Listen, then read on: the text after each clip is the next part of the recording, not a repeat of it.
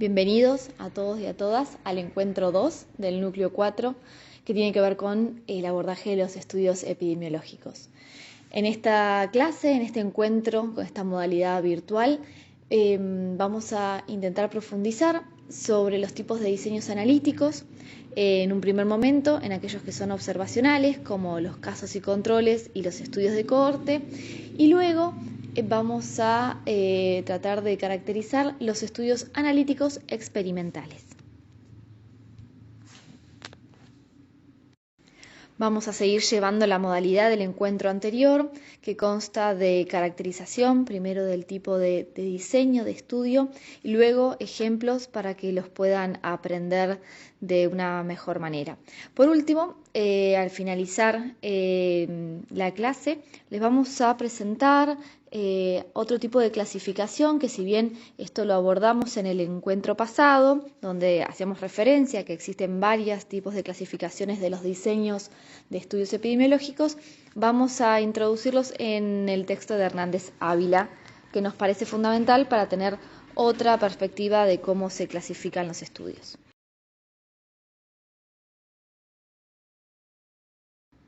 Van a ver entonces que seguimos utilizando el mismo cuadro que el encuentro pasado. En este caso nos vamos a situar en la parte naranja, que tiene que ver con los estudios analíticos de tipo observacionales, y repasamos algunas características generales de ellos. La unidad de análisis en ambos casos son el individuo, y en relación a las características, nosotros acá les resaltamos que en el caso de los estudios de casos y controles, permite testear hipótesis, es decir, que se utilizan OR, y en el tipo de estudio de cohortes, la unidad continúa siendo el individuo, permite testear hipótesis también, y nos da la posibilidad de hacer un seguimiento, es decir, de calcular la incidencia, que lo vamos a trabajar más adelante, pero tiene que ver con el RR, o riesgo relativo. Entonces, repasando del encuentro anterior, si los objetivos se orientan a identificar las causas de una enfermedad, vamos a tener que llevar adelante un estudio de tipo analítico, que se caracterizan porque establecen asociación en determinados factores. Utilizan un grupo de comparación que podría ser cotejado con el grupo de estudio y responden, no sé si recuerdan esa filmina inicial del encuentro anterior, a la pregunta de ¿por qué?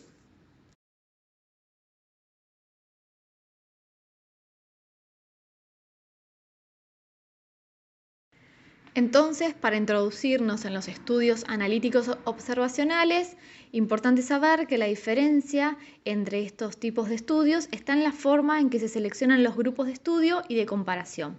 En el caso del estudio de casos y controles, los grupos comparados se definen por la presencia o no de la enfermedad o el evento, mientras que en los estudios de cohorte, los grupos son definidos de acuerdo a la presencia o no del factor de exposición.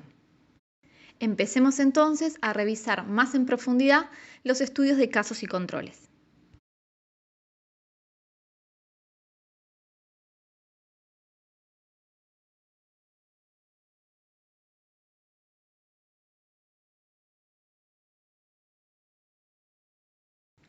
Les vamos a presentar este esquema porque consideramos que es claro y les puede resultar práctico para poder comprender la forma de estudio de los casos y controles. Inicialmente partimos de los casos, es decir, los individuos enfermos, y establecemos el grupo de control, es decir, los que no están enfermos. A partir de allí, y retrospectivamente, es decir, me voy hacia atrás, y busco las posibles causas, las exposiciones. Recordemos que estas causas o exposiciones que vamos a estudiar dependen del problema de investigación planteado anteriormente.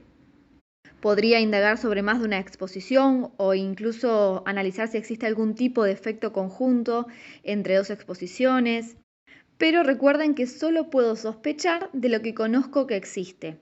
Volvemos a esas palabras que abordamos en el primer encuentro, que para poder hacernos preguntas de investigación es necesario que conozcamos en profundidad sobre ese tema.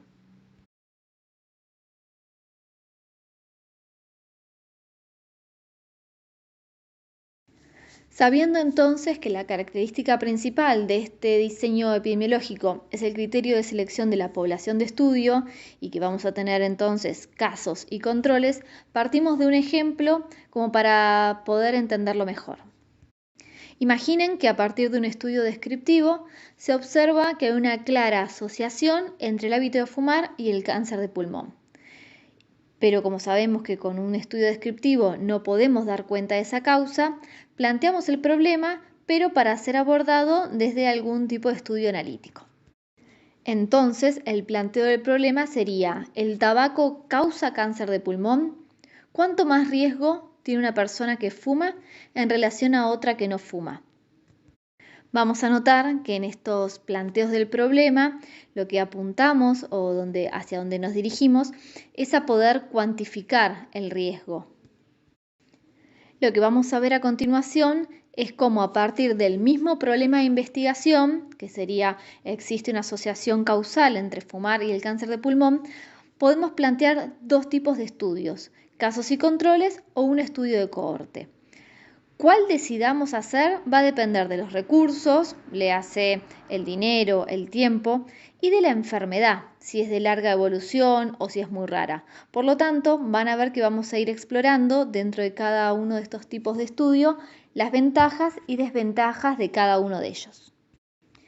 A fin de poder explicarles el dibujito que aparece abajo de la diapositiva, que van a ver al investigador, tiene que ver con el esquema que les explicábamos antes, ¿sí? Se parte de los casos de los individuos enfermos y establecemos el grupo de control y miramos hacia atrás retrospectivamente para buscar las posibles causas o exposiciones. Es decir, que el investigador busca hacia atrás en el tiempo.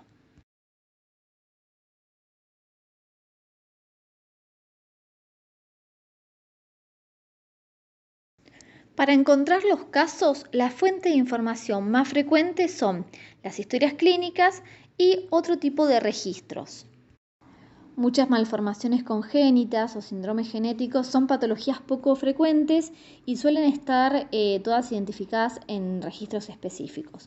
Por lo tanto, las fuentes de información generalmente son más accesibles y la recolección de los datos en este tipo de diseños no es difícil ni resulta muy costosa.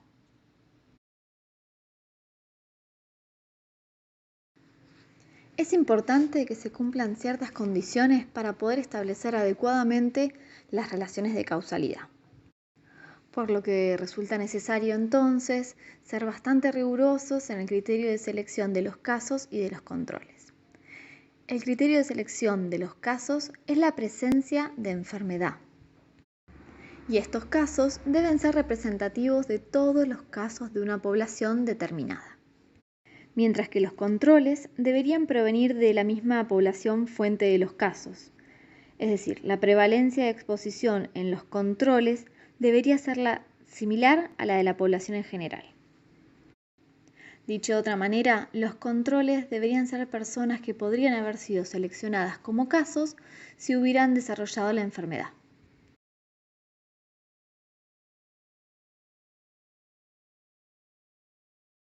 Como siempre es más fácil con un ejemplo. En este caso les presentamos uno que tiene que ver con el efecto prenatal de la rubiola. Hay un oftalmólogo que observó una serie de lactantes y niños pequeños que presentaban una forma inusual de cataratas. Por lo tanto, advierte que durante la etapa fetal de esos niños se produjo un brote de rubiola en la población. A partir entonces de los datos observacionales es que este oftalmólogo plantea su hipótesis. Sugiere que había una asociación entre la exposición a la rubiola prenatal y el desarrollo de las cataratas inhabituales. Entonces partimos de los casos, que en esta oportunidad son los recién nacidos con cataratas, y planteamos los controles, que serían los recién nacidos sin cataratas.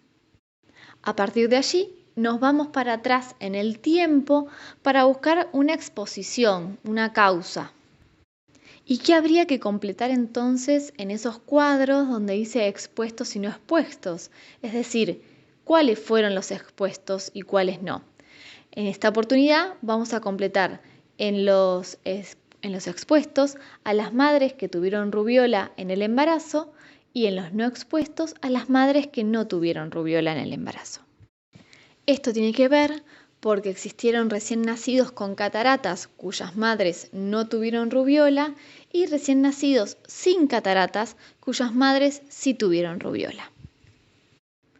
En este caso, Greg lo sospechó a partir de su práctica clínica, recordemos que fue en 1940. Actualmente es de fundamental importancia tener un fuerte respaldo bibliográfico para poder hacer el planteo del problema y a partir de allí intentar comprobar la hipótesis de trabajo.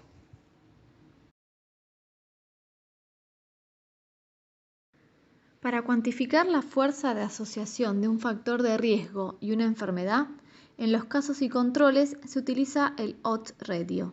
De ahora en más vamos a denominarlo OR. Dicha medida de asociación se calcula a partir de una tabla de doble entrada donde en cada una de las 4 celdas se ubican los casos que estuvieron y no estuvieron expuestos y los controles que estuvieron y no estuvieron expuestos. Van a ver que en el esquema que le volvemos a mostrar, al lado de cada recuadro aparece la letra A, C, B y D. Es para que puedan identificar qué va en cada celda.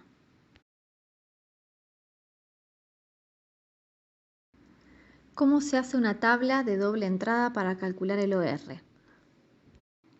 Van a ver que a la izquierda va la exposición y arriba, como encabezado de la segunda y tercera columna, va el evento o enfermedad. En las celdas van a ir completando con la información que les contaba en la diapositiva anterior. Es decir, los enfermos expuestos se ubican en la celda A, los enfermos no expuestos en la celda C, los que no están enfermos pero sí están expuestos en la celda B, los no enfermos y que tampoco estuvieron expuestos en la celda D. Entonces, como dije anteriormente, en los estudios de casos y controles se puede cuantificar el riesgo mediante el OR, que es un cociente de razones. Ratio quiere decir cociente y odds significa chance, que se calcula como si fuese una razón. Entonces, el odds o la chance de enfermar según exposición va a ser A sobre C. La interpretación sería que de todos los enfermos hubo A de expuestos cada C no expuestos. Y la chance de no enfermar según exposición sería B sobre D. Es decir, de todos los no enfermos hubo B expuestos cada D no expuestos. Esto va a ser mucho más fácil de entender si lo vemos con un ejemplo en la siguiente diapo. En este caso vamos a considerar un estudio de casos y controles para evaluar la asociación entre la obesidad y el cáncer de endometrio. Sabiendo que el tejido adiposo produce cierta cantidad de estrógenos y que dosis altas y sostenidas de estrógenos se relacionan con el cáncer de endometrio, se decide explorar la asociación entre ambos. En el siguiente ejemplo tenemos 84 casos confirmados que fueron comparados con 626 controles, que fueron seleccionados aleatoriamente de la misma fuente de los casos. La obesidad se definió como el índice de masa corporal mayor de 30 y en este caso la obesidad se presentó en 35 mujeres en el grupo de los casos y en 166 mujeres en el grupo control. A continuación les mostramos los resultados planteados como razón. Tenemos las mujeres con cáncer, cada 35 obesas hubo 49 no obesas y después las mujeres sin cáncer. Cada 166 obesas hubo 460 no obesas. Si recordamos entonces que el odds ratio es el cociente de razones, la fórmula tiene que ver con la razón de enfermar, A sobre C, sobre la razón de no enfermar, es decir, B sobre D. En este caso, el OR nos da un resultado de 1,98. Si bien estadísticamente es más conveniente comparar las razones que las proporciones, En esta diapo les mostramos las dos medidas para que vean que existe una diferencia al comparar la situación de los dos grupos en relación al factor de riesgo. Vamos a la interpretación de los resultados entonces.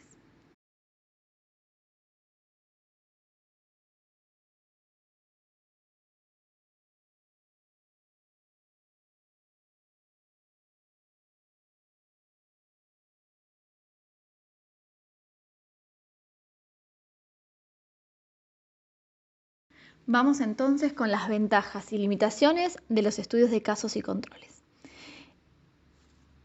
Dentro de las ventajas tenemos que son menos costosos y más rápidos que los estudios de cohorte. Recordarán que hemos planteado que el acceso a las fuentes de información generalmente suele ser más fácil y que por ende la recolección de los datos no resulta compleja ni costosa. Son eficientes para enfermedades con largos periodos de latencia. Por ejemplo, la obesidad precisa de muchos años para poder tener algún efecto inductor sobre el cáncer de endometrio. Y este tipo de estudios nos da la posibilidad de poder relevar eso. Por otro lado, son eficientes para enfermedades raras. Son ideales para explorar factores de exposición prenatales en enfermedades congénitas. Otra de las ventajas es que se pueden estudiar varias exposiciones simultáneamente. Con estos estudios también podemos indagar, por ejemplo, en las mujeres con o sin cáncer y que han tenido consumo de tabaco, de alcohol, sedentarismo, etc. En relación a las limitaciones, es importante destacar que no se puede calcular incidencia. Recordemos que la incidencia solo se puede calcular cuando medimos casos nuevos.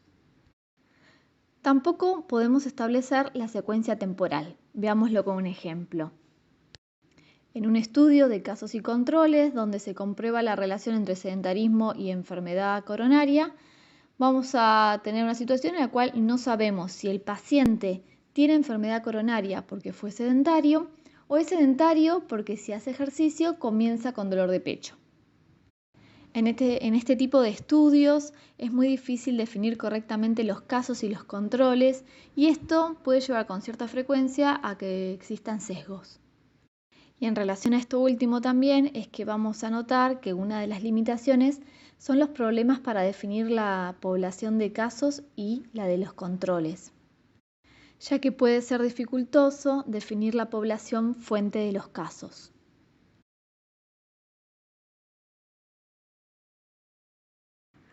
A diferencia de los estudios transversales, ecológicos o de casos y controles, en los de cohortes hay un seguimiento en el tiempo, como si fuese una película.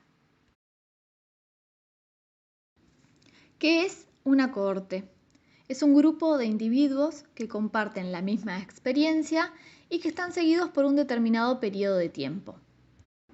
Ahora bien, esto es lo que significa una cohorte.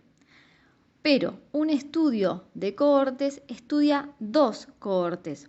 Una está expuesta al factor de riesgo, mientras que la otra es contra la que se compara, porque es la que no está expuesta.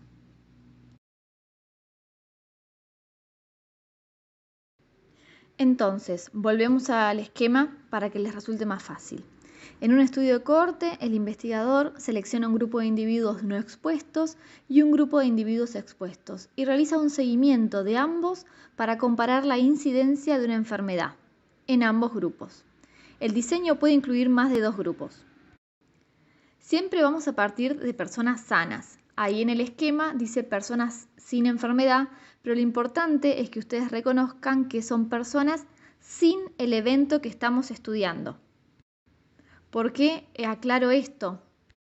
Porque puede ocurrir que se siga, por ejemplo, a personas con determinada enfermedad, ejemplo diabetes, y que el evento que vaya a observarse sea la ocurrencia de complicaciones de la diabetes, no sé, nefropatía diabética, el pie diabético, etc. Entonces, recordamos que al ingreso a la cohorte, la condición es que el sujeto esté libre del evento que vamos a estudiar. Y a partir de allí analizamos la evolución de quienes están expuestos y quienes no. Lo que hacemos es seguirlo en el tiempo para ver qué pasa.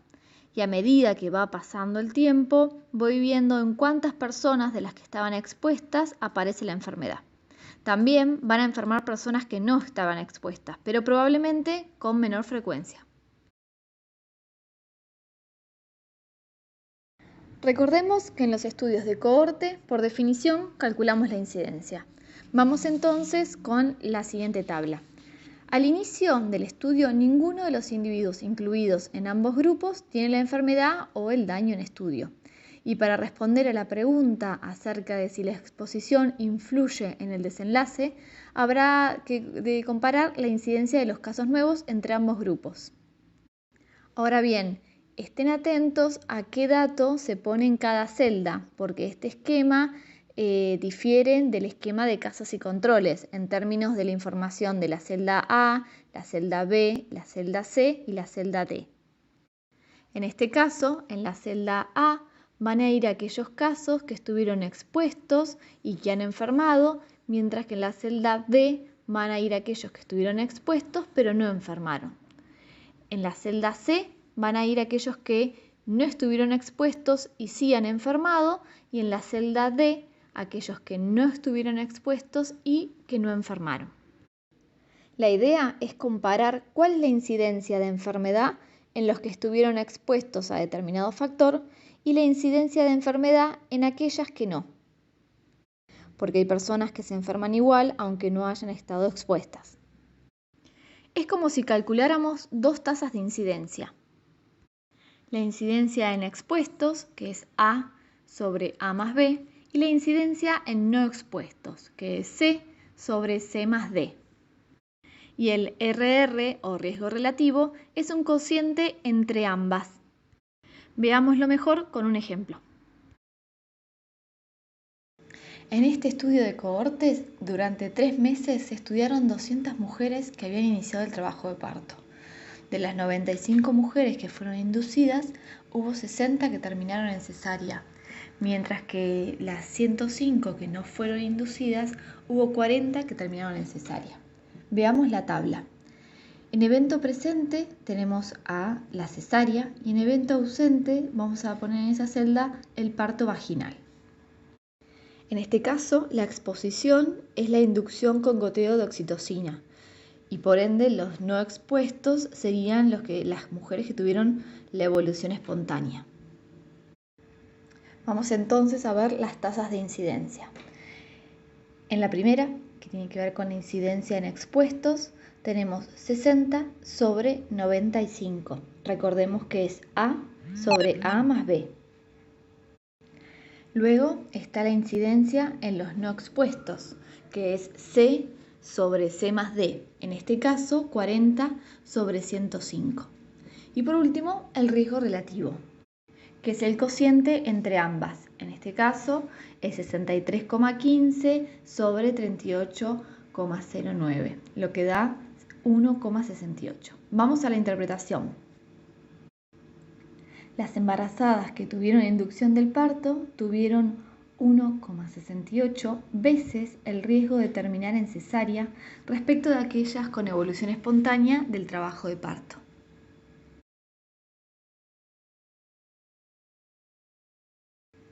En esta oportunidad les dejamos 2 estudios de cohorte que cambiaron la historia. Es importante que recuerden que, como todo estudio de cohortes, se realiza un seguimiento del participante en el tiempo, haciendo más de un control.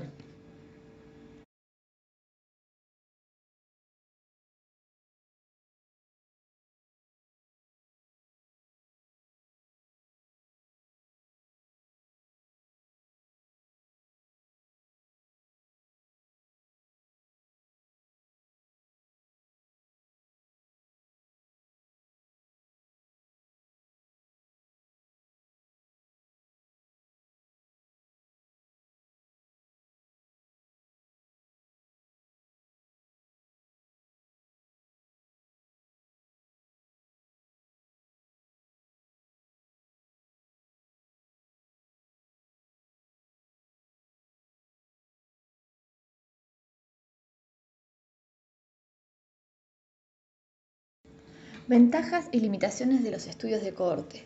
Como ventajas tenemos que son útiles para exposiciones raras, Pueden examinar múltiples efectos de una sola exposición, es decir, que permiten evaluar resultados múltiples, riesgos y beneficios, por ejemplo, relacionados con una exposición. Pueden establecer relación temporal entre exposición y enfermedad. En este caso hay una clara secuencia temporal entre la exposición y la enfermedad o el evento. Permiten calcular incidencia y medidas de asociación y efecto. Recordemos que la incidencia de la enfermedad se puede calcular en los que están expuestos y en aquellos que no están expuestos. Y por último, una de las ventajas características de los estudios de cohorte es que tienen menor riesgo de sesgo, de selección y de información. Dentro de las desventajas nos vamos a encontrar con que no son útiles para enfermedades poco frecuentes porque se necesitaría un gran número de sujetos para seguir. Pueden ser muy costosos y requerir mucho tiempo. Y largos, porque durante mucho tiempo no se dispone de resultados y recordemos que el seguimiento puede llevarse adelante en semanas, meses o años. Y por último, la validez puede comprometerse por pérdida de seguimiento. El seguimiento puede ser difícil y las pérdidas durante ese periodo pueden influir sobre los resultados del estudio. A modo de síntesis, y porque estas cuestiones fueron apareciendo en las ventajas y desventajas de este tipo de diseños, es que vamos a abordar los criterios a tener en cuenta para al momento de usar un diseño de cohortes o un diseño de casos y controles. En primer lugar, tenemos la naturaleza de la enfermedad. En el caso de enfermedades muy raras o con un largo periodo de latencia, se suelen utilizar estudios de casos y controles. Al igual que si la enfermedad está asociada con múltiples factores de riesgo, se prefieren los estudios de casos y controles para seleccionar mejor los grupos y estudiar las múltiples exposiciones. Otro de los criterios es el tipo de exposición que se pretende estudiar. Si se trata de exposiciones poco frecuentes, los estudios de cohortes son los más apropiados. Generalmente se trata de episodios en los que una población determinada estuvo en contacto con una exposición inusual y cuyos efectos en el tiempo se desconocen. Y si se trata de una determinada exposición que puede ocasionar múltiples enfermedades, también vamos a elegir un estudio de cohorte por considerarlo más apropiado. Supongamos que queremos estudiar los efectos del tabaquismo en la incidencia del cáncer de pulmón, enfermedad coronaria y accidente cerebrovascular. En este caso, seleccionamos el grupo expuesto, formado por los fumadores, y el no expuesto, que va a estar integrado por aquellos que no fuman. Y se lo seguirá en el tiempo a fin de poder registrar la ocurrencia de dichas enfermedades.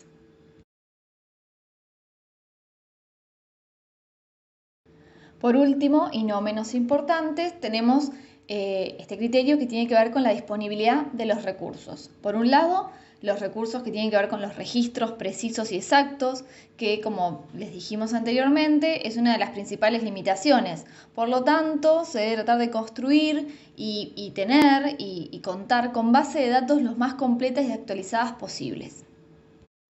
Y por otro lado, los recursos económicos. Recordemos que los estudios de cohortes son más costosos y de mayor duración en comparación con otros tipos de diseños. Razón por la cual muchos investigadores terminan decidiéndose por otro tipo de diseño que sea menos costoso y más sencillo.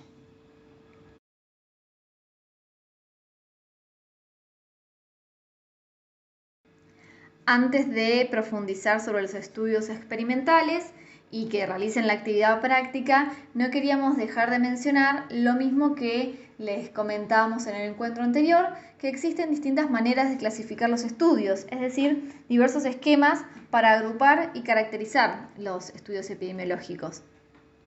En este caso, repasamos algunas de las cuestiones que plantea Hernández Ávila, que tiene que ver inicialmente con la asignación de la exposición, es decir, si el investigador controla o no la exposición. Entonces ahí diferenciamos los estudios observacionales de los experimentales.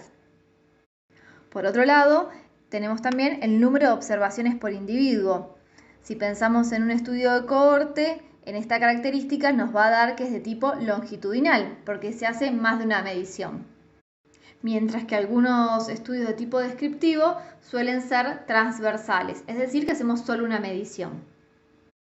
Otras de las variables tienen que ver con la temporalidad del inicio de la exposición o de la ocurrencia del evento. Entonces vamos a tener estudios prospectivos o retrospectivos. Por otro lado, tenemos los criterios de selección de la población en estudio. Si pensamos en los estudios de casos y controles, este criterio de selección de la población va a ser el evento, mientras que si pensamos en un estudio de cohorte, este criterio de selección de la población en estudio va a ser los expuestos y no expuestos, es decir, la exposición. Y por último, la unidad de análisis, que puede ser individuos o grupos o poblaciones. La idea de esta actividad práctica es que en función de todo lo que estuvimos viendo, tengan los elementos, las herramientas para poder completar esta red conceptual. Van a notar que hay denominaciones o conceptos que no están, que los hemos borrado, y la idea es que puedan completar donde están los puntitos con las palabras, las denominaciones que correspondan.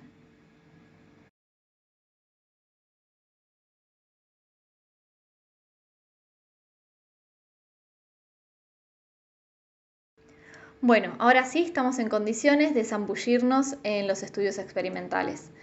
Van a ver que les presentamos nuevamente esta tabla, nuestra tabla estrella, porque creemos que les puede servir para organizar la información y a partir de allí poder identificar las características de cada estudio. Entonces, tenemos los estudios observacionales y los experimentales en función de la asignación de la exposición, eso ya lo vimos. Ahora bien, vamos a los experimentales, que son aquellos que están marcados con verde, que son analíticos. ¿Por qué? Porque permiten demostrar causalidad, ¿sí? Y van a notar como característica fundamental tanto los ensayos clínicos como de los comunitarios, que permiten testear hipótesis y permiten también calcular la incidencia.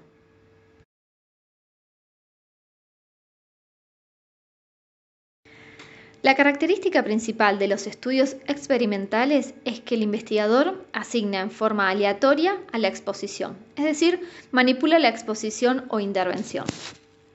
Es por ello que planteamos que el investigador participa activamente especificando las condiciones de estudio a través de la selección de los grupos de tratamiento, la naturaleza de las intervenciones que se realicen y el manejo de los pacientes durante el seguimiento.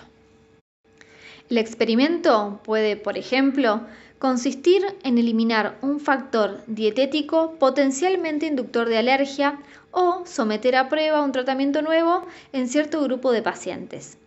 Los efectos de una intervención se miden comparando la evolución del grupo experimental con la de un grupo de control o grupo testigo.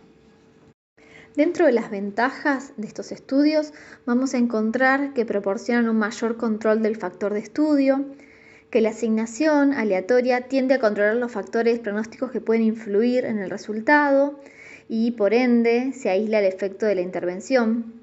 Es decir, que se pueden controlar las alteraciones en los resultados de estudio. Por ende, los estudios experimentales son los que nos proporcionan la mejor evidencia en una relación causa-efecto. Es decir, son los que nos proveen de mejor evidencia científica. El ensayo clínico se trata de un estudio analítico, experimental, prospectivo, que se lleva a cabo en seres humanos asignados a uno de los grupos de intervención. Es un estudio adecuado para valorar la eficacia de una intervención en medicina y proporciona una evidencia de mayor calidad para demostrar la relación de causalidad entre intervención y resultados observados. Se realiza sobre un grupo de individuos en el que se valora el resultado de la intervención en cada uno de ellos. Puede ser preventivos o terapéuticos. Recordamos que preventivos tienen que ver con lo que se evalúa, en este caso, es la habilidad de esa intervención para reducir el riesgo de desarrollar una enfermedad en determinados individuos sanos. Mientras que lo terapéutico, el objetivo de ese estudio se realiza para ver dentro de un grupo de pacientes con una enfermedad determinada, constatar si esa intervención tiene la habilidad de resultar terapéutica, es decir, de disminuir los síntomas, prevenir recurrencias o disminuir el riesgo de muerte por la enfermedad. Mientras que por otro lado tenemos los ensayos comunitarios. Se aplica una intervención en una comunidad y se mide su resultado observando a la comunidad en su totalidad. Los grupos de tratamiento son, en lugar de personas, comunidades. Este método resulta especialmente adecuado para investigar enfermedades que tienen su origen en condiciones sociales, sobre las que resulta más fácil intervenir de forma directa, tanto si se trata de la conducta de grupos como si corresponde a la de individuos. Veámoslo con un esquema. En la inmensa mayoría de los casos no es posible estudiar a toda la población. Es por ello que elegimos una muestra de dicha población. Por ejemplo, si el objetivo del estudio es saber si el medicamento X es realmente efectivo para controlar la glucemia en pacientes con diabetes tipo 2, la población, en este caso, en este ejemplo, van a ser las personas con diabetes. Como no podemos estudiar a todos los diabéticos, porque sería un montón, lo hacemos con una muestra. Entonces, se enrola a una cantidad importante de pacientes diabéticos que cumplan con criterios de inclusión, que pueden ser que sean tipo 2, que no requieran insulina, que sean mayores de 18 años, que no tengan fallo renal, etc. Es importante también que esta muestra con la que iniciamos el estudio sea lo suficientemente grande porque luego se va a ir separando, como lo ven en el esquema, en los grupos. La idea es que cada uno de estos grupos sea suficiente como para permitir comparaciones adecuadas que luego nos permitan hacer inferencias estadísticas. Nosotros en el ejemplo que le planteamos de los pacientes con diabetes, con una muestra de más de 500 personas estaría bien. En relación a lo de la inferencia estadística que dije antes, esto significa que en base a los hallazgos, a los resultados de nuestro estudio y a los distintos test estadísticos, vamos a poder decir que hubo diferencias estadísticamente significativas en la glucemia de los grupos con y sin medicamento, por lo cual podemos decir que el medicamento X es efectivo en el control de la glucemia. Antes de pasar a la otra diapositiva, vuelvo con el tema de la muestra, porque es importante. Vieron que planteamos que la muestra tiene que ser lo suficientemente grande. No es posible plantear un estudio con 50, 80 personas, porque si luego asignamos dos grupos, 25 o 40, el número de individuos que presenten o no el desenlace no va a permitir, no va a ser suficiente para hacer comparaciones estadísticas adecuadas. Incluso la mayoría de los ensayos clínicos de medicamentos son multicéntricos, es decir, que participan varios países para garantizar que la muestra sea lo suficientemente grande. En relación al placebo o efecto placebo, que van a ver que aparece ahí denominado en el grupo 2, en el grupo control, refrescar qué es el efecto placebo, ¿no? Que es un conjunto de efectos sobre la salud que produce la administración de una terapia sin principio químico activo. Es decir, puede ser en forma de pastilla o de otro tipo de terapia, que reflejan un cambio positivo y comprobable en la persona que lo está llevando a cabo. Lo importante es que a los fines de comparar resultados, la mejoría que se observa en las personas del grupo placebo significa que no es atribuible a la droga que estamos estudiando. Características de los ensayos clínicos controlados. Van a ver que en esta diapositiva le presentamos 4 elementos que son los que permiten que disminuyan los sesgos en este tipo de estudios. Muchos de ellos ya los conocen, pero bueno, vamos a repasar. Por un lado tenemos la intervención. Lo que plantea este punto es que el investigador manipula la intervención sobre los participantes que están en estudio. El control, es decir, se utiliza uno o más grupos de control que quedan libres de la intervención y que nos permite que sean posible comparar con el grupo que estamos estudiando. La aleatoriedad, el investigador asigna al azar si un participante pertenecerá al grupo de intervención o al grupo de control. ¿Sí? Hay un montón de formas de llevar adelante la aleatoriedad.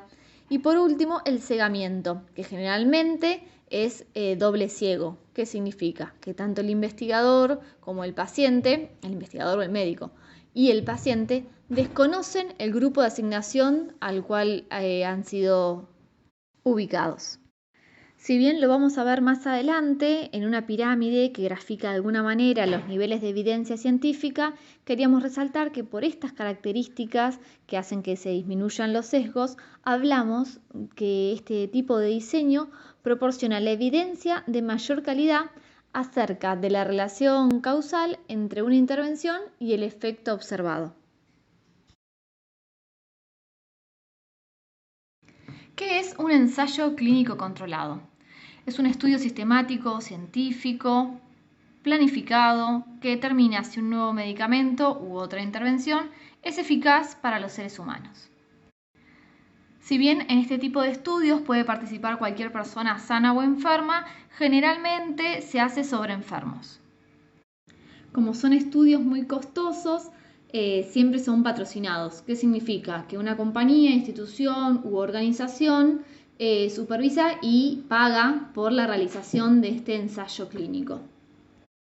Por otro lado, por ser experimentos científicos que, como dijimos antes, se aplican sobre seres humanos voluntarios, hay un componente ético que está presente en este tipo de estudios, y es por ello que les introducimos el concepto de consentimiento informado.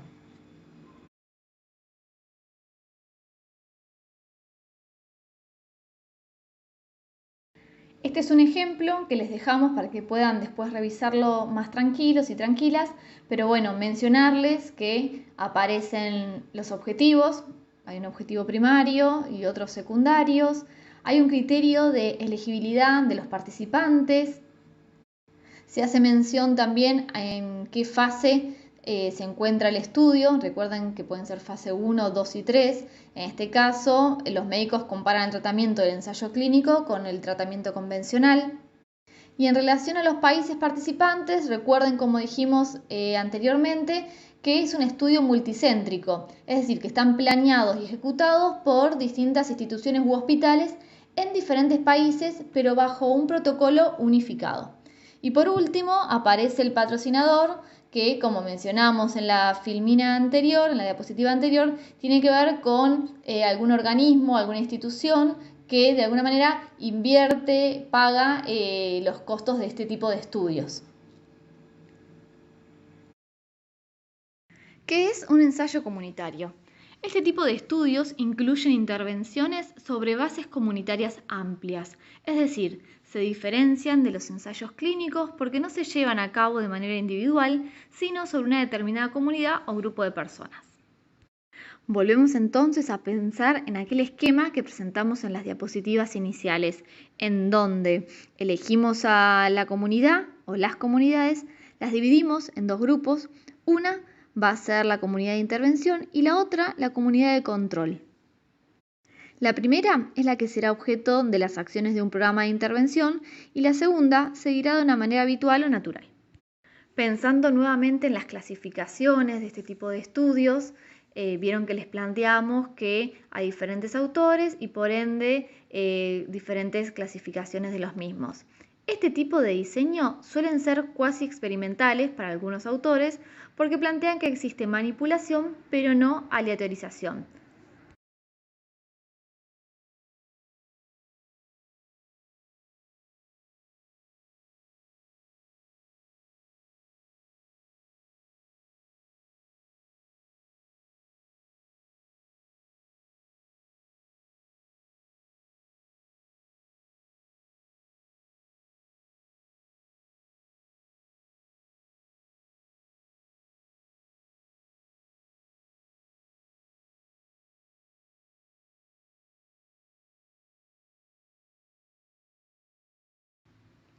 Llegado a este punto, recordemos que el riesgo relativo es la relación existente entre la incidencia de la enfermedad en la población expuesta y la incidencia de la enfermedad en la población no expuesta. Es decir, comparamos el desenlace entre dos grupos, midiendo, obviamente, el riesgo. Entonces, los estudios experimentales permiten medir incidencia y, por ende, miden riesgo. Como son analíticos, tienen un grupo de control para comparar y son aleatorios. Son los estudios que mejor permiten establecer causalidad. Por ende, constituyen el método más poderoso disponible para probar las hipótesis acerca de las relaciones causa-efecto con relación a un tratamiento y a la prevención. Y en función de esto último, otra de las ventajas que tienen estos estudios es que permiten identificar medidas de prevención y determinar, como dijimos antes, la eficacia de una intervención.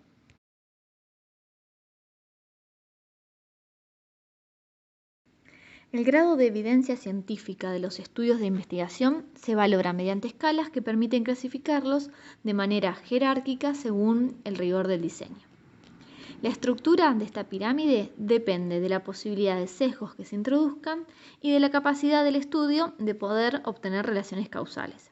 Fíjense que dependen de manera progresiva de que se realicen en seres humanos, del tamaño de la muestra, del grupo de comparación y de la intervención, siendo los últimos tres los que disminuyen la probabilidad de sesgo.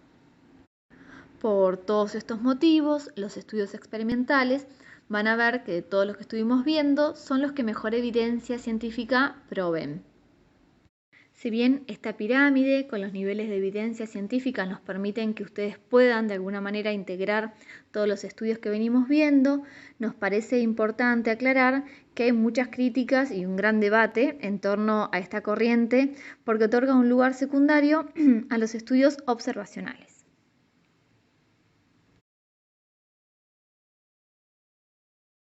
Dado que en la cúspide de la pirámide que les presentamos en la diapositiva anterior aparece un metaanálisis, nos parece importante introducir de alguna manera de qué se tratan estos tipos de diseños.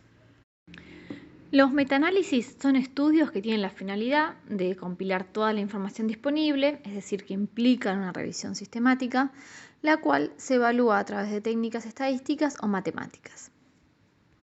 Las ventajas que presenta un metaanálisis son varias. En primer lugar, tenemos la gran eficiencia con la que es capaz de gestionar grandes cantidades de información.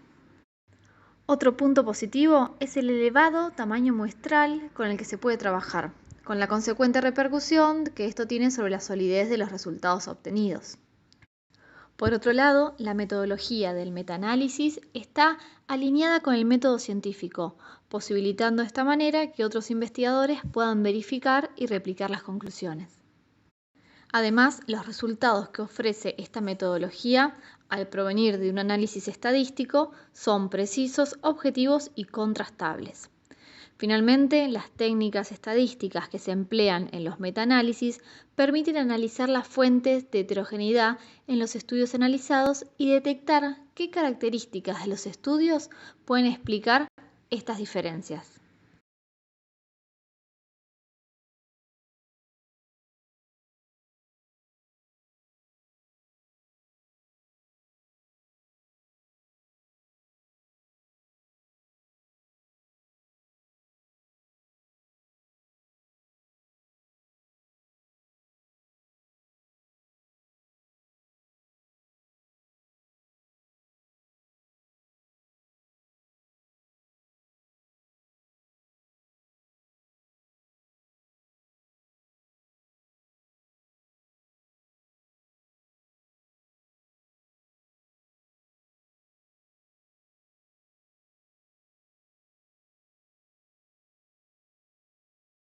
Como actividad final de esta clase, pensamos algo que de alguna manera integre lo que ya venimos trabajando a lo largo de este cuatrimestre. Por ende, la propuesta tiene que ver con leer las investigaciones que les vamos a acercar, unos artículos, son 4 artículos, y poder identificar en qué corriente epidemiológica ubica cada investigación y tratar de argumentar por qué. Y por otro lado, identificar tema, objetivos, variables, muestra, tipo de diseño y por ende corriente epidemiológica, que puede ser convencional, social, crítica, comunitaria, y completarlo en el siguiente cuadro.